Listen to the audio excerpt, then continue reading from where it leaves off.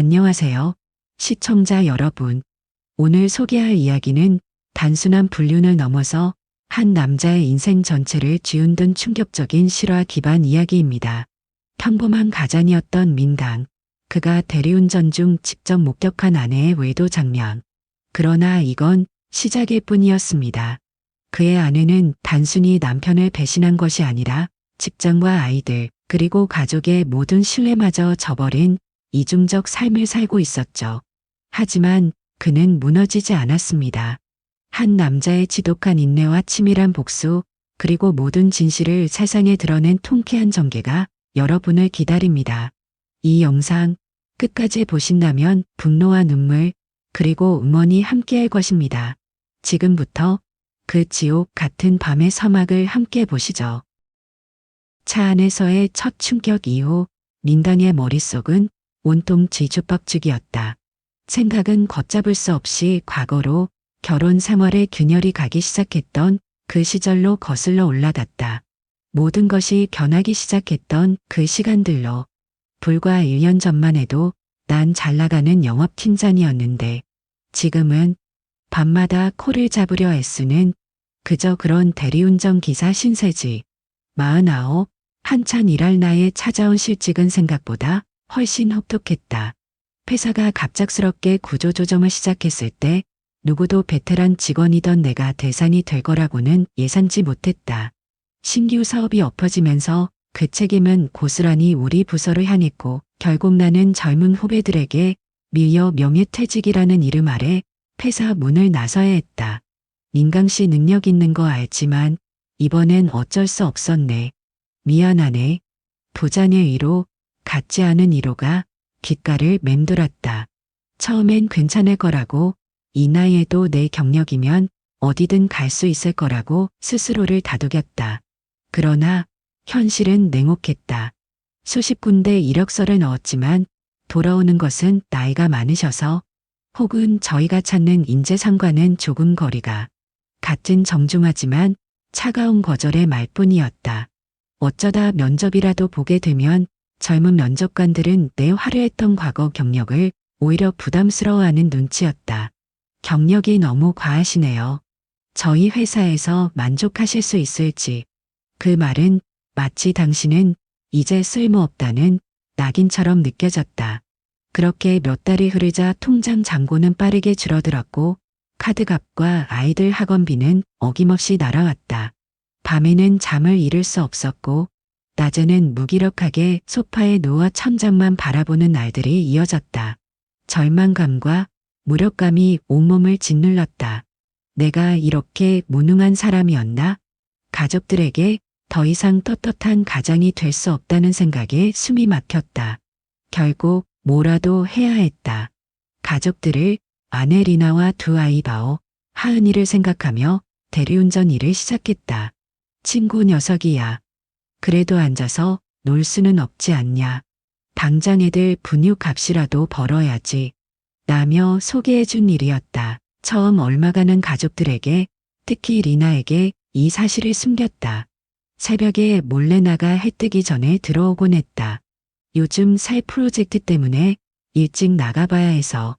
궁색한 변명을 둘러대면서 번듯한 양복을 입고 서류 가방을 들고 출근하던 내가 밤늦게 술 취한 사람들을 상대하며 그들의 차를 운전한다는 사실이 스스로도 너무나 초라하고 부끄러웠기 때문이다. 한 번은 단골이었던 거래처 사장을 손님으로 태운 적도 있었다. 모자를 푹 눌러쓰고 최대한 목소리를 변조했지만 심장이 얼마나 쿵쾅거렸는지 모른다. 다행히 그는 나를 알아보지 못했다. 하지만 그날 밤 나는 돌아오는 길에 차를 세우고 한참을 울었다. 내 차지가 너무나 서러워서. 하지만 언제까지고 숨길 수는 없는 노릇이었다. 결국 리나에게 모든 것을 털어놓았을 때 그녀는 아무 말 없이 나를 바라보았다. 그 침묵이 나를 더욱 비참하게 만들었다. 내가 실직하고 경제적으로 어려워지면서 자연스레 아내 리나가 집안의 실질적인 가장이 되었다.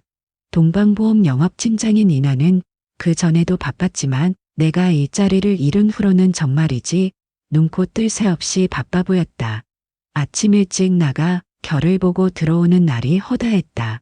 오늘 중요한 계약이 있어서 늦을 거야. 저녁은 당신이 애들 좀 챙겨줘. 그녀의 메시지는 점점 더 짧고 건조해졌다. 야근은 일상이 되었고 주말에도 고객과의 미팅, 워크숍 등을 이유로 집을 비우는 날이 잦아졌다. 휴대전화는 시도 때도 없이 울렸고 그때마다 리나는 주위를 살피며 조심스럽게 통화하거나 메시지를 확인했다. 내가 옆에 있으면 황급히 전화를 끊거나 액정을 가리는 행동도 서슴지 않았다. 누구야? 물으면 회사 일이라며 짧게 대답하고는 자리를 피했다. 그 모습이 어딘가 모르게 수상쩍었지만 나는 애써 외면했다. 어쩌면 가장의 무게를 혼자 짊어진 아내에 대한 미안함 때문이었을까? 아니면 차마 확인하고 싶지 않은 두려움 때문이었을까?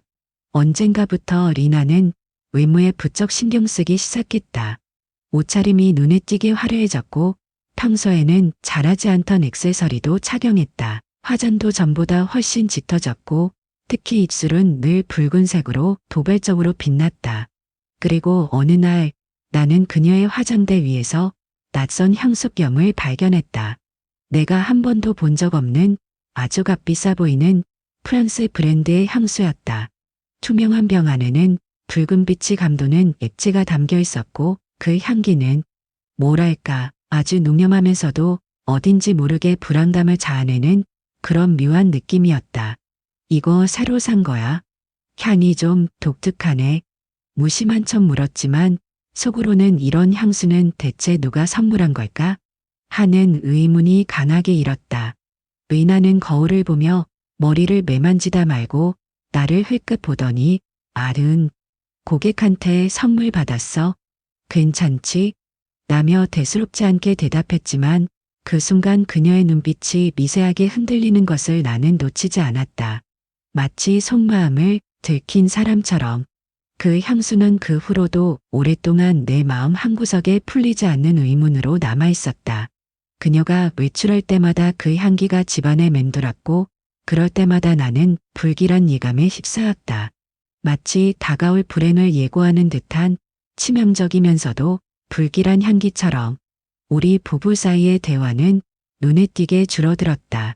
나는 밤늦게 대리운전 일을 마치고 파김치가 되어 돌아왔고 리나는 내가 들어올 시간이면 이미 깊이 잠들어 있거나 혹은 내가 깨어날 새벽녘에야 소리 없이 들어와 샤워를 하고 자기 방으로 건너가 잠들곤 했다.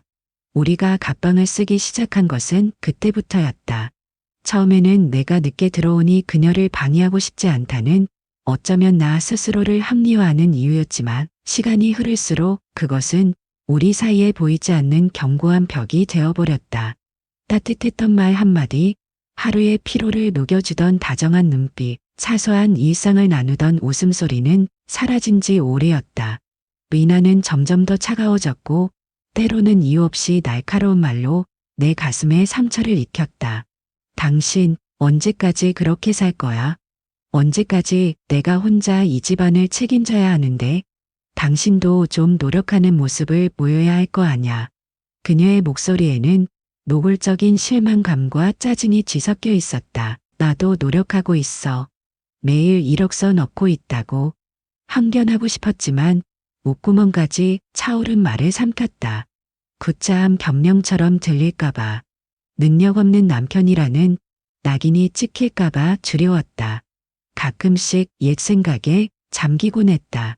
우리가 처음 만나 뜨겁게 사랑했던 순간들, 작은 반지를 나눠 끼며 영원을 약속했던 결혼식 날, 아이들이 태어나 세상을 다 가진 듯 기뻐했던 날들, 작은 다툼 후에도 금세 서로를 끌어안고 화해했던 그 모든 시간들. 리나는 늘 따뜻하고 다정한 사람이었다. 내가 힘들 때마다 묵묵히 내 곁을 지켜주며 괜찮아. 당신은 잘 해낼 수 있어. 라고 격려해 주던 그녀였다. 그런데 지금 내 옆에 리나는 너무나도 낯설었다. 그 따뜻했던 눈빛은 온데간데없고 싸늘한 경멸만이 가득한 것 같았다. 단순히 내가 실직해서 돈을 벌지 못해서 그녀가 변한 걸까? 생활고가 사랑마저 갉아먹어 버린 걸까? 아니면 내가 감히 상상조차 하기 싫은 그보다 더 깊고 어두운 무언가가 있는 걸까? 마음 한구석에서 불길한 예감이 스멀스멀 피어올랐다. 마치 늪처럼 나를 점점 더 깊은 절망 속으로 끌어당기는 듯했다. 나는 미나의 휴대전화에 더욱 신경을 쓰기 시작했다. 그것이 모든 의심의 시작점처럼 느껴졌다. 그녀가 샤워를 하러 들어가거나 잠시 자리를 비울 때면 나도 모르게 그녀의 휴대전화 화면을 곁눈질했다. 혹시라도 뭔가 단서가 될 만한 것이 있을까 싶어서 알림이 울릴 때마다 심장이 쿵 내려앉는 것 같았다. 혹시 그 선물을 준 사람에게서 온 연락은 아닐까? 그러던 어느 날 저녁, 미나가 거실 소파에 앉아 누군가와 메시지를 주고받으며 희미하게 미소 짓는 것을 보았다. 평소에 그녀에게서는 좀처럼 보기 힘든 아주 부드럽고 행복해 보이는 표정이었다. 나는 조심스럽게 다가가 그녀의 어깨 너머로 화면을 훔쳐보았다. 심장이 잊힌 듯이 뛰었다. 메시지 발신인의 이름은 황 대표 VIP 고객이라고 저장되어 있었다. 짧은 순간이었지만 그 이름과 함께 화면에 떠오른 하트 이모티콘은 내 머릿속에 깊이 각인되었다. 황 대표 VIP 고객이라고? 단순한 고객에게 저런 표정을 지을 수 있나?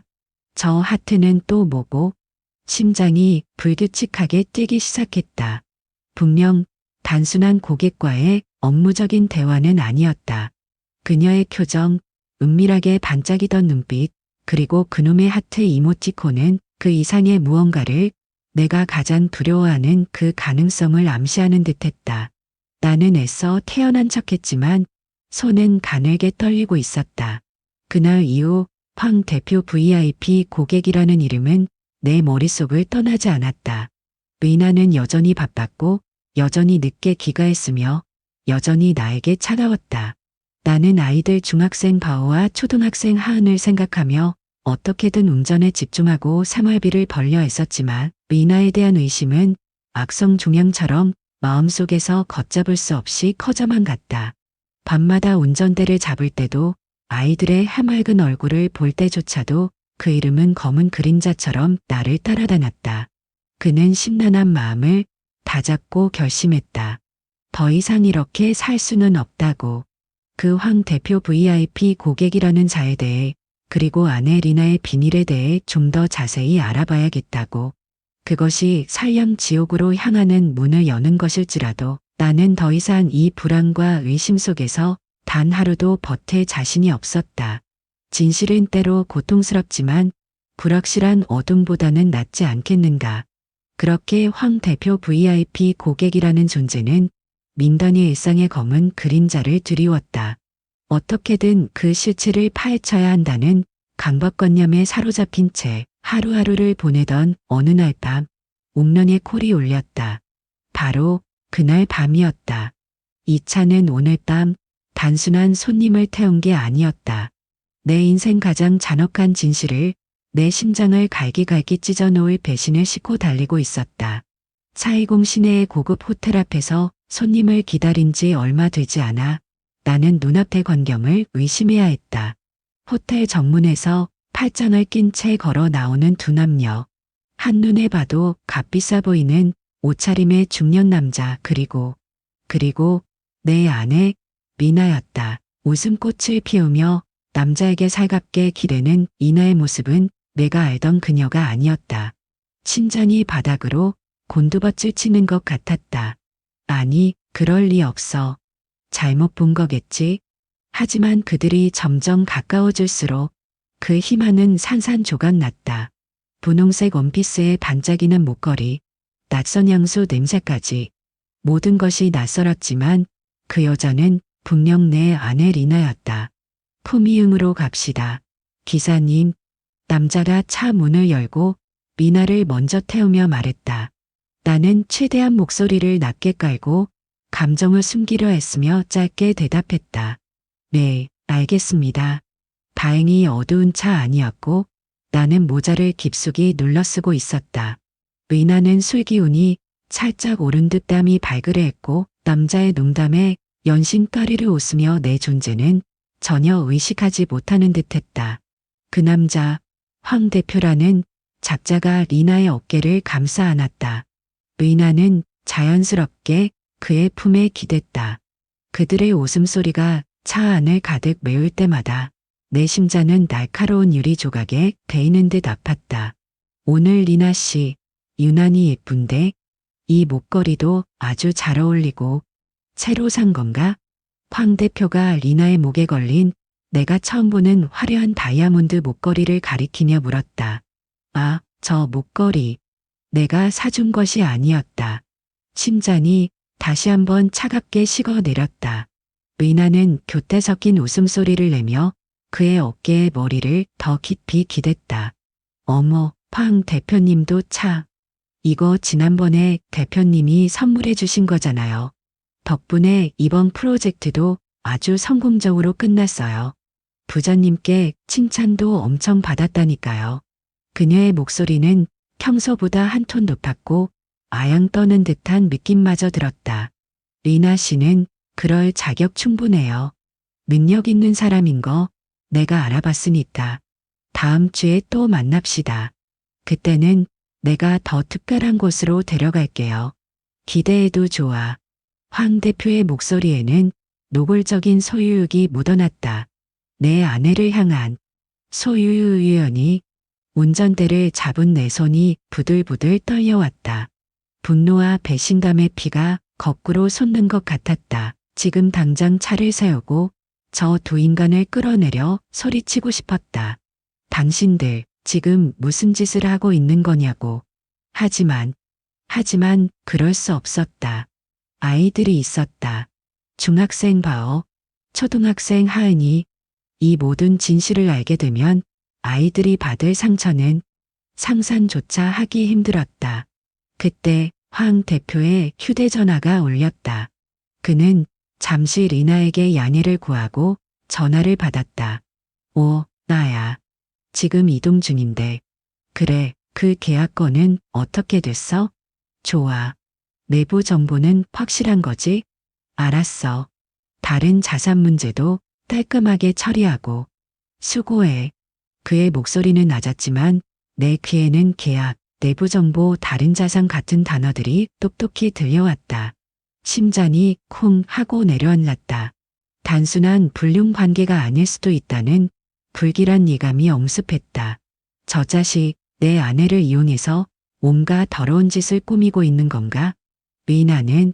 리나는 그걸 알고 있는 걸까? 아니면 그저 이용당하고 있는 걸까? 나는 백미러로 뒷좌석에 리나를 훔쳐보았다. 황 대표의 통화가 끝나자마자 그녀는 다시 그의 팔에 매달리며 애교 섞인 목소리로 속삭였다. 그 모습은 내가 지난 20년간 사랑했던, 그리고 지금도 사랑하는 아내의 모습이 아니었다. 완전히 다른 사람, 낯선 여자였다. 문득 지난 결혼기념일에 내가 리나에게 선물했던 소박한 쉐크 스카프가 떠올랐다. 그때 리나는 고마워 여보, 예쁘네 라고 말했지만 그 스카프를 두른 모습은 거의 볼 수 없었다. 아마 장롱 어딘가에 처박혀 있겠지. 지금 그녀의 목에 걸린 저 화려한 다이아몬드 목걸이와는 너무나도 대조적이었다. 가슴 한 구석에서 뜨거운 것이 치밀어 올랐다. 그것은 질투심이었을까? 아니면 무력한 남편으로서의 자괴감이었을까? 나는 떨리는 손으로 운전석 옆에 놓아둔 휴대전화의 녹음 기능을 몰래 켰다. 그리고 블랙박스가 제대로 작동하고 있는지도 다시 한번 확인했다. 이제 더 이상 망설일 시간이 없었다. 이 지옥 같은 상황에서 벗어나기 위해서는 냉정하게 증거를 확보해야만 했다. 분노로 모든 것을 망쳐버릴 수는 없었다. 적어도 아이들을 위해서라도. 나는 숨을 깊게 들이마셨다. 내 감정을 최대한 억누르고 이 끔찍한 업무를 완수해야만 했다. 기사님, 저쪽 골목으로 들어가 주세요. 황 대표의 목소리가 다시 들려왔다. 목적지에 거의 다다른 모양이었다. 나는 짧게 대답하고 핸들을 꺾었다. 푸미운의 고급 빌라 단지 안으로 차가 미끄러져 들어갔다. 황 대표의 집인 듯했다. 차가 멈추자 황 대표가 먼저 내리며 미나에게 손을 내밀었다. 오늘 즐거웠어요. 미나 씨, 집까지 바래다 줄까요? 미나가 웃으며 그의 손을 잡고 차에서 내렸다. 아니에요. 대표님, 저 여기서 택시 타고 가면 돼요. 오늘 정말 감사했습니다.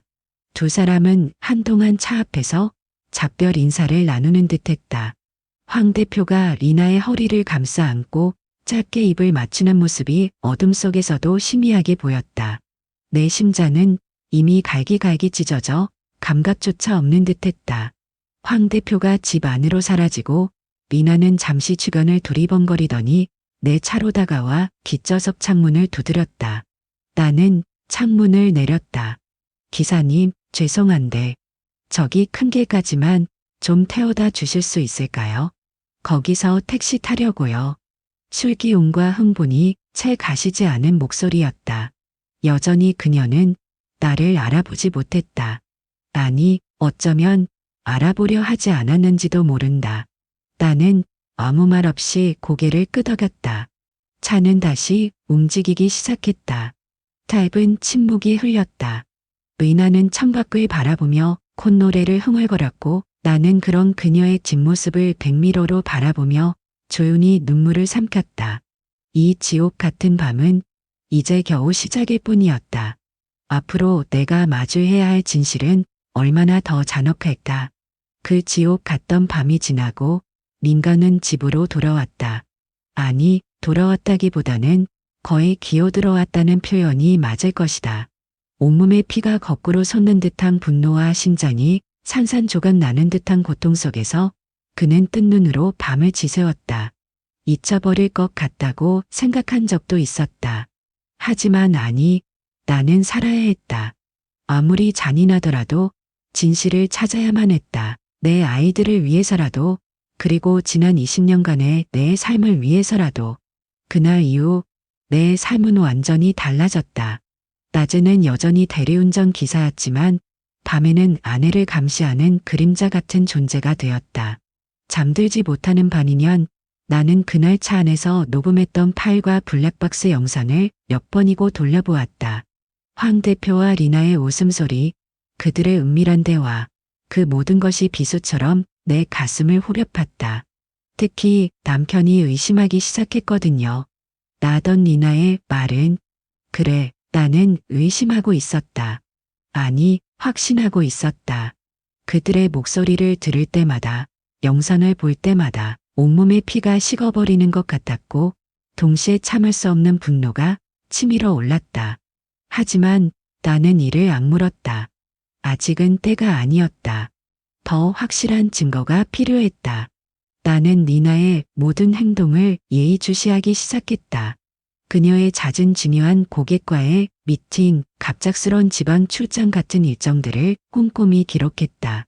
그녀가 현관을 나설 때 풍기는 낯선 향수 냄새, 평소와 다른 과감한 옷차림, 그리고 밤늦게 돌아와 샤워를 하고 서재에서 잠드는 그녀의 모습까지 모든 것이 의심스러웠다. 한 번은 그녀가 주말 워크숍이라며 1박 2일로 집을 비운 적이 있었다. 나는 혹시나 하는 마음에 그녀의 회사 동료에게 전화를 걸어보았지만 그런 워크숍은 예전에 없다는 대답만 돌아왔다. 내 심장은 차갑게 가라앉았다. 가장 결정적인 증거는 그녀의 휴대전화 안에 있을 것이라고 확신했다. 하지만 어떻게? 의나는 예전과 달리 휴대전화를 손에서 놓지 않았고 잠자리에 들 때도 머리맡에 두고 잤다. 며칠을 고민한 끝에 나는 그녀가 깊이 잠든 새벽 시간을 노리기로 했다. 숨막히는 긴장감 속에서 나는 살금살금 그녀의 방으로 들어갔다. 의나는 곤히 잠들어 있었다. 나는 떨리는 손으로 그녀의 휴대전화를 집어들었다. 그런데 빌어먹을 비밀번호가 걸려 있었다. 예전에는 우리 부부 사이에 비밀번호 같은 건 없었다. 모든 것을 공유했으니까. 하지만 지금은 아니었다. 나는 아이들의 생일, 결혼기념일, 그녀가 좋아하는 숫자들을 조합해 가며 몇 번이고 시도했다. 실패할 때마다 심장이 멎는 것 같았다. 그러다 문득 얼마 전 바오가 엄마 휴대전화 패턴을 푸는 것을 우연히 본 기억이 떠올랐다. 아이들의 생일을 조합한 숫자. 나는 마지막 희망을 걸고 그 숫자를 눌렀다. 찰칵. 잠금이 해제되었다. 나는 떨리는 손으로 메시지 함을 열었다. 그리고 그 순간 나는 지옥을 보았다. 황 대표님이라는 이름으로 저장된 남자와의 대화는 차마 입에 담기조차 힘든 내용들로 가득했다. 단순한 고객과 직원의 관계가 아니었다. 그들은 연인이었고 아주 깊은 관계였다. 호텔 예약 내역, 둘만의 은밀한 약속 장소, 서로 주고받은 사랑의 속삭임들. 심지어 두 사람이 함께 찍은 다정한 사진까지 있었다. 사진 속에서 리나는 내가 한 번도 보지 못한 행복한 표정으로 황 대표의 품에 안겨 있었다. 내 심장은 갈기갈기 찢어지는 것 같았다. 배신감에 몸이 부들부들 떨렸고 역겨움에 토할 것만 같았다. 하지만 그보다 더 충격적인 것은 그들의 대화 속에 숨겨진 또 다른 진실이었다. 리나는 동방보험의 내부 자료들을 황 대표에게 지속적으로 넘기고 있었다. 황 대표는 신흥건설의 재무 담당 이사였고 동방보험은 최근 신흥건설과 대규모 단체보험 계약을 체결한 상태였다. 리나가 넘긴 자료들은 계약 조건 협상에 유리한 정보들이었고 그 덕분에 황 대표는 회사에 막대한 이익을 안겨준 것으로 보였다. 그리고 그 대가로 리나는 성공적인 계약 성사라는 명목 아래 막대한 보너스를 받고 황 대표로부터 온갖 비싼 선물들을 받아 챙긴 것이었다. 그 화려한 목걸이, 낯선 향수, 모든 것이 그 증거였다. 이제야 모든 퍼즐 조각이 맞춰졌다. 리나는 단순한 불륜을 저지른 것이 아니었다. 그녀는 나를 배신했을 뿐만 아니라 자신의 회사까지 배신한 것이었다. 돈과 성공을 위해 영혼까지 팔아버린 것인가. 정신없이 증거들을 내 휴대전화로 옮기던 중 나는 서랍 깊숙한 곳에 처박혀 있던 이나의 낡은 다이어리를 발견했다. 무심코 펼쳐본 페이지 사이에서 낯익은 이름이 적힌 낡은 명함 한 장이 떨어져 나왔다. 황비애 XX 투자개발이사. 지금 신흥건설의 재무이사인 황 대표의 명함이었다. 하지만 회사 이름과 직함이 달랐다. XX 투자개발. 몇 년 전 불법적인 투자와 사기 행각으로 떠들썩했던 이미 사라진 일용 회사였다. 그렇다면 황 대표라는 작자는 단순한 불륜 상대가 아니라 어쩌면 더 위험한 인물일 수도 있다는 생각이 들었다. 리나는 대체 어떤 인간과 엮인 것인가. 이 명함은 또 다른 불길한 기밀을 품고 있는 듯했다. 나는 그 명함마저 조심스럽게 챙겼다. 녹음 파일, 블랙박스 영상, 휴대전화 메시지 스크린샷, 주고받은 이메일 내역, 그리고 낡은 명함 한 장까지 모든 증거는 차고 넘쳤다. 아내의 배신과 불법적인 행위는 명백했다. 남편으로서의 배신감보다 더 큰 것은 한때 내가 사랑했던 여자가 이토록 타락했다는 사실에 대한 깊은 절망감이었다. 그리고 두려움이 밀려왔다. 이 모든 사실이 세상에 알려지면 리나는 물론이고 우리 아이들, 바오와 하은이의 삶은 어떻게 될까? 아이들은 아무런 잘못도 없는데 이 더러운 진실 때문에 평생 손가락질 받으며 살아야 하는 걸까? 수많은 밤을 고민했다. 이 모든 것을 가슴에 묻고 모른 척 살아갈 것인가? 아니면 모든 것을 터뜨리고 그녀에게 죗값을 치르게 할 것인가? 하지만 그렇게 되면 아이들은 머릿속이 터질 것 같았다. 하지만 한 가지는 분명했다. 이대로는 살 수 없다는 것. 나는 더 이상 기만당하며 살고 싶지 않았다. 진실은 밝혀져야 했고 정의는 실현되어야 했다. 설령 그 과정이 고통스럽고 그 결과가 참혹할지라도 나는 이를 악물었다. 그리고 결심했다. 이 지옥 같은 현실에 정면으로 맞서 싸우기로. 내 아이들을 위해서 그리고 나 자신을 위해서 수많은 밤을 지새우며 고민한 끝에 나는 하나의 계획을 세우기 시작했다. 그것은 단순한 복수가 아니었다. 모든 것을 제자리로 돌려놓기 위한 마지막 몸부림이었다. 하지만 그 계획을 실행하기 전에 나는 황 대표라는 인간의 진짜 속셈을 알아야만 했다. 위나는 그에게 진심이었을까? 아니면 그저 이용당한 또 다른 피해자일 뿐이었을까? 위나가 황 대표에게 진심인지 아니면 그저 이용당하는 것인지 알아내야만 했다. 그러기 위해선 위험을 감수할 수밖에 없었다. 나는 황 대표의 단골 술집 근처에서 대리운전 콜을 기다리며 마지막 퍼즐 조각을 맞출 기회를 노렸다. 며칠 밤을 허탕치고 거의 포기할 무렵 드디어 그가 내 차에 올라탔다. 이전보다 훨씬 더 거나하게 취한 모습이었다. 어이, 기사 양반. 오늘은 저번보다 더 빨리 온 것 같은데. 좋아, 좋아. 황 대표는 나를 알아보지 못하는 듯껴 꼬부라진 소리로 짓거렸다. 나는 애써 아무렇지 않은 척하며 목적지를 물었다. 그는 목적지를 말하는 대신 술에 취해 한껏 고무된 목소리로 떠들어대기 시작했다. 요즘 내가 말이야, 아주 끝내주는 여자를 하나 만났거든. 몸매도 죽이고 애교도. 장난 아니라니까. 게다가 일도 잘해. 내가 살짝만 도와주면 회사 기밀 정보까지 술술 불어대니 이런 복덩이가 또 어디 있겠어? 그는 역겨운 웃음소리를 흘리며 내 어깨를 촉촉 찼다. 그 여자 남편은 뭐하는 눈팽이인지 마누라가 밖에서 이러고 다니는 것도 모르고 아마 대리운전이나 하는 그런 한심한 작자겠지? 그런 등신 같은 놈 옆에 있느니 나 같은 남자한테 오는 게 당연한 거 아니겠어? 허허허. 운전대를 잡은 내 손이 분노로 하얗게 질렸다. 그는 명백히 미나에 대해 이야기하고 있었다. 그리고 그는 미나를 진심으로 생각하는 것이 아니라 철저히 자신의 사업적 이익과 쾌락을 위한 도구로 이용하고 있었다. 심장이 얼음장처럼 차가워졌다. 동시에 미나에 대한 실망감과 연민이 뒤섞인 복잡한 감정이 밀려왔다. 그녀는 이 모든 것을 알고도 그와 관계를 이어가고 있는 것일까? 아니면 정말 그의 감언이설에 속아 넘어가고 있는 것일까? 하지만 그의 말을 통해 한 가지는 확실해졌다. 위나는 결코 단순한 피해자가 아니었다. 그녀 역시 이 위험한 게임에 깊숙이 발을 담그고 있었다. 황 대표를 그의 으리으리한 저택 앞에 내려준 후 나는 차 안에서 한참 동안이나 만연자실하게 앉아 있었다. 이제 모든 것이 명확해졌다. 더 이상 망설일 이유가 없었다. 집으로 돌아온 나는 밤새도록 컴퓨터 앞에 앉아 익명으로 2통의 메일을 작성했다. 한 통은 미나가 다니는 분방보험 감사팀으로, 다른 한 통은 황 대표가 재직 중인 신흥건설 윤리경영팀으로 발송되었다.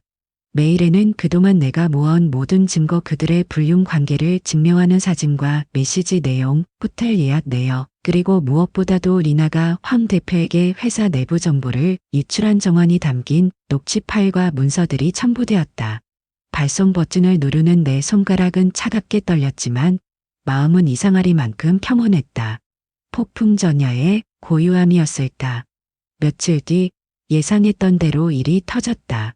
그날따라 유난히 일찍 퇴근한 리나는 넋이나란 사람처럼 거실 소파에 주저앉아 있었다. 그녀의 얼굴은 하얗게 질려 있었고 손은 가늘게 떨리고 있었다. 무슨 일이야? 내가 묻자 그녀는 초점 없는 눈으로 나를 올려다보며 힘겹게 입을 열었다. 나 회사에서 정직 처분받았어. 내부 정보 유출 혐의로 조사받게 될 거래. 그녀의 목소리는 물기에 젖어 있었다. 나는 차가운 눈으로 그녀를 내려다보았다. 드디어 올 것이 온 것이다. 이제 다 끝났어, 미나. 당신과 황 대표라는 작자 사이의 더러운 관계도, 당신이 회사를 배신하고 저지른 짓들도 내가 다 알고 있다는 거 정녕 몰랐나? 내 목소리는 얼음장처럼 차가웠다. 미나의 눈이 공포로 커졌다. 그녀는 자리에서 벌떡 일어나 뒷걸음질 쳤다. 당신이 어떻게, 말도 안 돼. 말도 안 된다고? 그럼 이건 어떤가? 나는 그동안 모아두었던 증거들을 그녀 앞에 하나씩 던지기 시작했다. 호텔에서 황 대표와 다정하게 팔짱을 끼고 나오는 사진, 두 사람이 주고받은 역겨운 메시지들, 그리고 그날 밤 내 차 안에서 그들이 나눴던 음탕한 대화가 담긴 녹음 파일까지. 녹음기에서 황 대표의 목소리가 흘러나오자 미나는 비명을 지르며 귀를 막았다. 그만해. 제발. 그녀는 바닥에 주저앉아 울부짖었다. 아직 끝나지 않았어. 리나. 나는 마지막 결정타를 날렸다. 그날 밤 당신들을 호텔에서부터 황 대표 집까지 태워줬던 대리운전 기사가 바로 나였다는 걸 정녕 몰랐단 말인가. 뭐라고요? 당신이 그 기사였다고요? 안 돼. 그럴 리가 없어. 리나는 마치 귀신이라도 본 사람처럼 새파랗게 질려 말을 더듬었다. 그녀의 얼굴에서 모든 핏기가 사라졌다. 더 이상 부정할 수 없다는 것을 깨달은 듯 그녀는 완전히 무너져 내렸다. 한참을 짐승처럼 울부짖던 리나는 갑자기 내 바짓가랑이를 붙잡고 애원하기 시작했다. 여보, 내가 잘못했어요. 내가 정말 죽을 죄를 지었어요. 하지만 나도 어쩔 수 없었어요. 당신이 실직하고 나서 너무 힘들었고 외로웠어요. 그때 황 대표가 나에게 다가왔고 그의 달콤한 말에 넘어가 버렸어요. 그 사람이 나를 이용한 거란 건 나중에 알았지만 이미 너무 늦어버렸어요. 그녀는 눈물 콧물을 쏟아내며 변명을 늘어놓았다. 심지어 모든 잘못을 나에게 돌리려는 듯한 말까지 서슴지 않았다. 당신이 조금만 더 나에게 관심을 가져줬더라면, 당신이 좀 더 능력 있는 남편이었다면 내가 이런 짓까지 하지는 않았을 거예요. 그 순간 내 안에 남아있던 마지막 연민마저 산산조각 나는 것을 느꼈다. 닥쳐. 나는 고함을 질렀다. 내가 밤새도록 대리운전하며 너희들을 먹여 살리려 발버둥칠 때 넌 그놈 품에서 웃고 있었겠지. 내가 단돈 10,000원에 목숨 걸고 취객들 비위 맞추며 처절하게 돈 벌 때 넌 그놈이 사주는 명품에 눈이 멀어 있었겠지. 그런데 이제 와서 외로웠다고? 내가 노력을 안 했다고? 내가 어떻게 나한테 이럴 수 있어? 내 목소리는 분노와 배신감으로 갈라져 나왔다. 우리는 한참 동안 서로에게 상처 주는 말들을 퍼부었다. 20년간 쌓아왔던 결혼 생활의 모든 것이 한순간에 무너져 내리는 소리가 들리는 듯했다.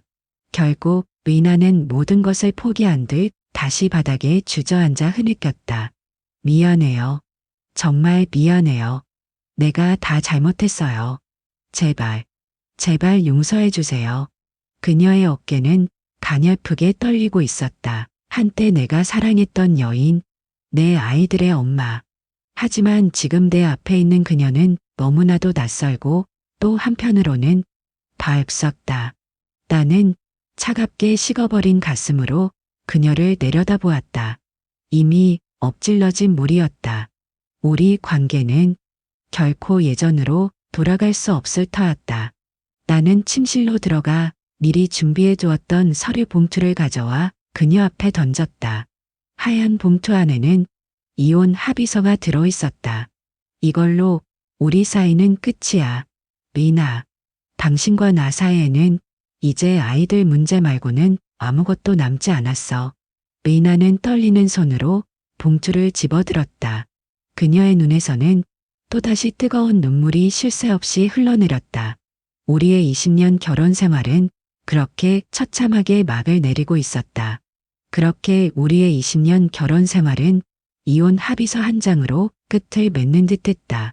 하지만 진정한 폭풍은 이제부터 시작이었다. 배신의 대가는 생각보다 훨씬 혹독했고 그 칼날은 우리 모두를, 특히 리나를 정면으로 겨누고 있었다. 리나, 당신이 잃은 가장 비싼 대가가 뭔지 알아? 그건 화려했던 직함이나 두둑했던 월급이 아니야. 바로 한때 당신을 세상 전부로 믿었던 가족의 신뢰, 그리고 두 아이의 해맑은 웃음이었지. 예상대로 미나는 동방보험에서 즉시 해고되었다. 회사 내부 정보를 유출하고 부적절한 관계로 회사에 손해를 끼친 혐의는 너무나 명백했다. 그녀는 한순간에 잘 나가던 커리어 우먼에서 불명예 퇴직자로 전락했다. 황 대표 역시 신흥건설 내부 감사를 받게 되었고 배임 및 불법 계약 체결 등의 혐의로 검찰 조사까지 받게 될 위기에 처했다는 소문이 파다했다. 그는 꼴이 자르듯 미나와의 모든 연락을 끊어버렸다. 당신 때문에 내 인생까지 망치게 생겼어. 나는 싸늘한 문자 한 통만을 남긴 채 한때 달콤한 말로 그녀를 유혹했던 남자는 위기의 순간이 닥치자 가차없이 그녀를 버린 것이다. 모든 것을 잃은 리나는 그야말로 패인이 다 되었다. 밤낮으로 술을 마시며 울부짖었고 때로는 나에게 전화를 걸어 내가 다 잘못했어. 제발 한 번만 용서해줘. 당신 없이는 살 수 없어. 라며 매달리기도 했다. 하지만 내 마음은 이미 돌아선 지 오래였다. 그녀의 눈물은 더 이상 내게 어떤 연민도 불러일으키지 못했다. 이혼 절차는 생각보다 신속하게 진행되었다. 우리는 변호사를 통해 몇 가지 사안을 조율했다. 아이들의 연유권은 리나에게 주기로 했다. 아이들이 갑작스러운 환경 변화로 또 다른 상처를 받게 하고 싶지 않았기 때문이다. 대신 나는 매달 충분한 양육비를 지급하고 주말마다 아이들을 만날 수 있는 권리를 보장받았다. 재산 분할 문제도 비교적 간단하게 마무리되었다. 어차피 내게 남은 재산이라고는 거의 없었고 리나 역시 자신의 잘못으로 이혼에 이르게 된 만큼 많은 것을 요구할 처지가 아니었다. 그녀는 위자료를 포기하는 대신 아이들과 함께 살고 있는 아파트를 자신의 명의로 받는 것에 동의했다.